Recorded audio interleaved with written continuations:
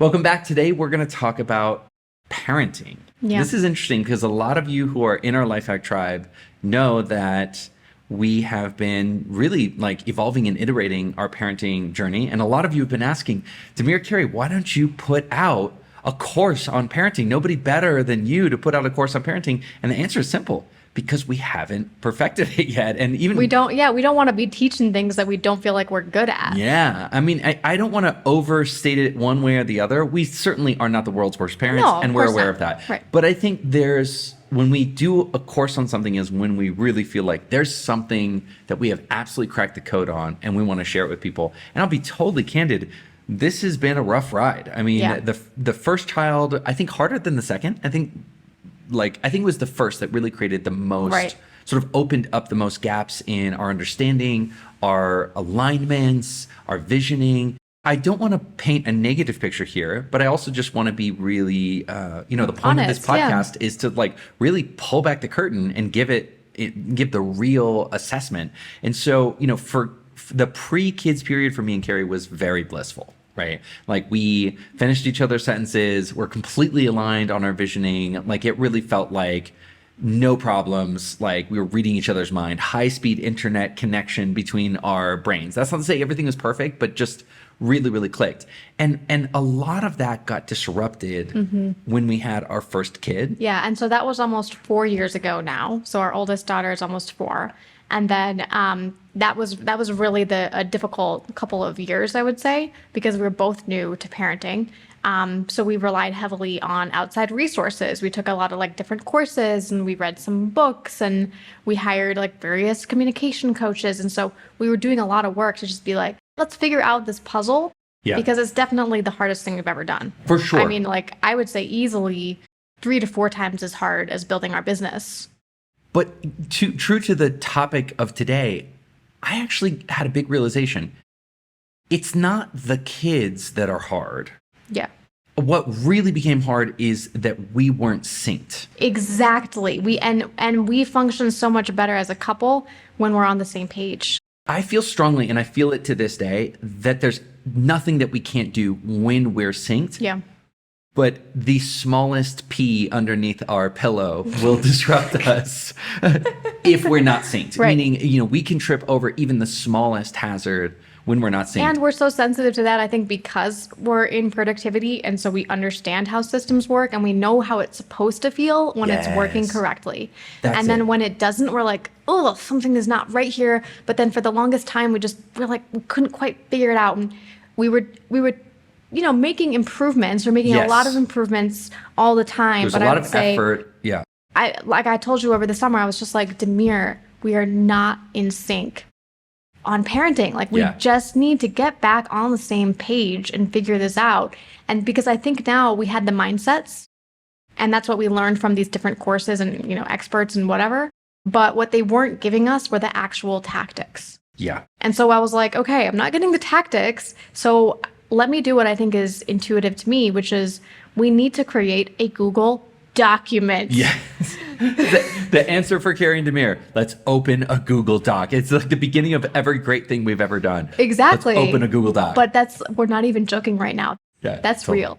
Yeah. And so we were like, okay, we need to create and align around a parenting philosophy. Yes. What does this all add up to? Before we get too deep into that, I just want to say the spirit of this is to get back that vibe that we have had. And it's not like it went away for 4 years and it came back. It just sort of that vehicle that was always there, always performed, sort of became that vehicle that was like, gosh, sometimes it was on, sometimes it was off. It just felt really spotty. And we were like, how do we get back our sync? Right. Yeah, and so that involved a lot of self-education, but at the end of the day, we were like, we need to apply some action to this, some actual tactics, because we can, Demir can learn all he wants about pregnancy hormones. It's not enough to get back on the same page as Carey. Totally. So we started with this parenting philosophy document that's this tome that we're effectively working on, but has been fantastic. And so this is probably the first thing that we've really wanted to bring to the community as something that's been a real breakthrough for us in terms of helping get us synced. Yeah. And so what it is pretty straightforward, because it's sort of like your life map, where it's like, hey, don't just remember what your long-term goals are. make sure that you have a bridge from where you are now to where you want to be. This parenting philosophy is more like a reference document where it's like, hey, Demir and Carey both agree that this is how we want to parent the kids, and how these bigger sort of long-term goals for the kids, like, for example, that they become self-reliant and they have a lot of resiliency and all these different attributes we want them to have, that we've sort of laddered them down to what are the actions that you and I are taking on a daily, weekly, monthly, yearly basis that we think, that we hypothesize will be the best chance of getting that outcome. Totally. But, I think in the end, it's really just about getting that sensation of like, we're on the same team, right? We're on the same page, we agree on the same tactics, we're aligned around the same strategies. So just getting us really onto the same team. But the problem was, I think you'd been asking for it for a while, but it's hard to like, even saying this to people on the podcast, I'm sure somebody out there is like, God, I'm already so busy parenting philosophy. I mean, that sounds like writing a book on this. Right. So I want to dial you into a hack that we used. So we scheduled an hour for our first session, and this we're like, that should be enough. Yeah, it wasn't. Well, no, we knew it wasn't going to be enough. But we scheduled an hour, and then we were looking at each other with a blank page, just like most people out there would be, and just sort of saying, "Gosh, where do we start?" And so enter ChatGPT and artificial intelligence, and we were starting, and I literally opened ChatGPT and I said, this is the exact prompt. My wife and I are sitting down to decide on our parenting philosophy and how we're going to raise our kids. What are the key areas that we should be considering? And it literally, that first prompt was tremendous. Yeah. It was so great. And I'm sort of the AI skeptic of the family.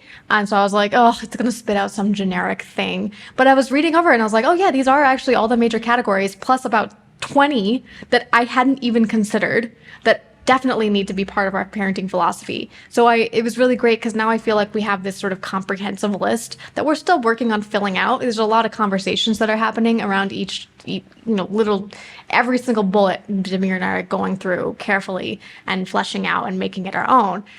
But yeah, it was really helpful to start with that ChatGPT prompt. I just want to go through here. So for example, I'm not going to read all of this off, but some of the large topics were emotional development. So under emotional development was emotional intelligence, self-esteem, issues like, discipline and boundaries, setting boundaries, education and learning, life skills, the learning environment we want them to be in, how to teach them independence and responsibilities, contribute through household contributions and chores, and so much more. And we're still sort of like filling this out. I want to be clear. We know that we're almost overkilling it. We know that this is going to be a long document. And so unlike a life map, it's not going to be short enough that we're going to be referencing it all the time. Right. But the quality of the conversations that this has sponsored has been amazing. And they've all been really forward-thinking, positive conversations, meaning so often in parenting, you can get locked into these, well, I don't want to do it that way. Exactly. Or I don't agree with you on that. So you almost get into like locked horns or loggerheads, and you're not really understanding maybe at a deeper level, what is this person's vision? So Carey, can you take us through an example of family dinner? Because we had been talking about family dinner for a while. I don't want to exaggerate it. We weren't the worst loggerheads over it, but we're sort of not getting it. And I was sort of like, I think we should do a family dinner. And if you asked me at that point to explain, well, why? I'd have been like, well, a lot of experts say that that's like really good for kids or something. Yeah. I'm like, this seems like the right thing to do. But Demir's sort of like, well, the time it's not really good for me. I'm also eating like a different diet than from you guys. It doesn't work for me right now to have this sort of like rigid thing in my calendar where it is. And not every night. I mean, he just meant like... wasn't convinced. It wasn't like, why is this so important? And honestly, if you had asked me to describe it, I wouldn't have had a good response. Which is even more frustrating because I think you knew that on some level deep down, there was something very true and very right about... But I couldn't enunciate it.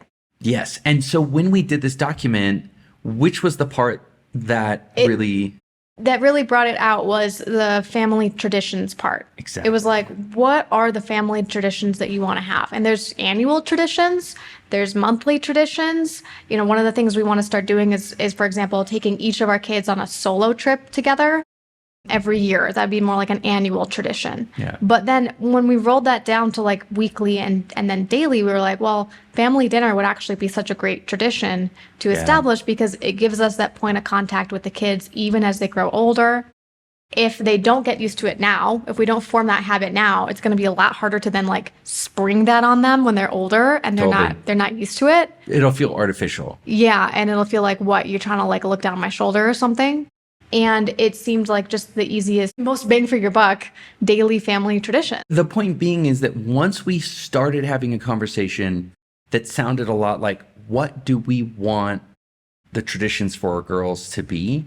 Now, all of a sudden, what she was saying about dinner made a lot more sense to me and sort of was coming from a place where I could get it. And now we were having a conversation about, okay, if it's not going to be that, then what will it be? Because we do want to have sort of daily and weekly traditions. So for example, on Saturday morning, every Saturday morning, we either make pancakes or crepes, and it's this amazing thing. And so I'm sold on the idea of family traditions.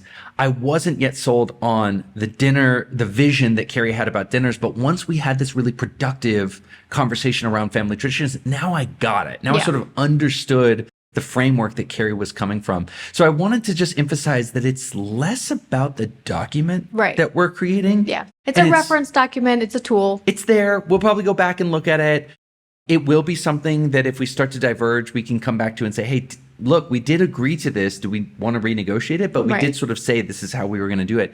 But I think more than anything right now, it's this amazing tool for sponsoring these high quality, positive conversations that are syncing us up as parents. It makes us able to make decisions that we both agree with more often. Yeah. Little things like, and I sort of was like, well, we shouldn't do any devices at the kitchen table, right? Whenever we're eating together as a family. Very classic sort of like rule in families these days, no devices. But I don't have to be the captain of reminding everybody about that. I'm not the one being like, tut, tut, tut, no devices. It just sort of naturally doesn't happen because we all know that this is an important moment. And during important moments, a tradition. What do? We focus. We can't focus if we're looking at our phone. So people automatically sort of like get the picture. Oof. I love it so much. And I really do feel that this has been one of those click moments. And I want to applaud us for always coming back. One of the courses that we took on coupleship has been, hey, a big part of having kids is that it's okay for things to get out of sync. Keep coming back. Even if you're not getting the result that you want all the time, just keep coming back and let your partner know they're there. You're showing up and you're trying, and those click moments will come. And this was a really big and really satisfying click moment. Yeah. All right. Well, I think we can wrap it up there. We will not be able to share our parenting philosophy document just yet. Yes. If don't we ask feel, for it. Don't ask us for it. I just can hear people asking for it right now. We will, in fact, share something if and when we feel like it is actually ready and valuable for someone else to use. But we have a very high standard for what we share, and so we don't want to just share you anything.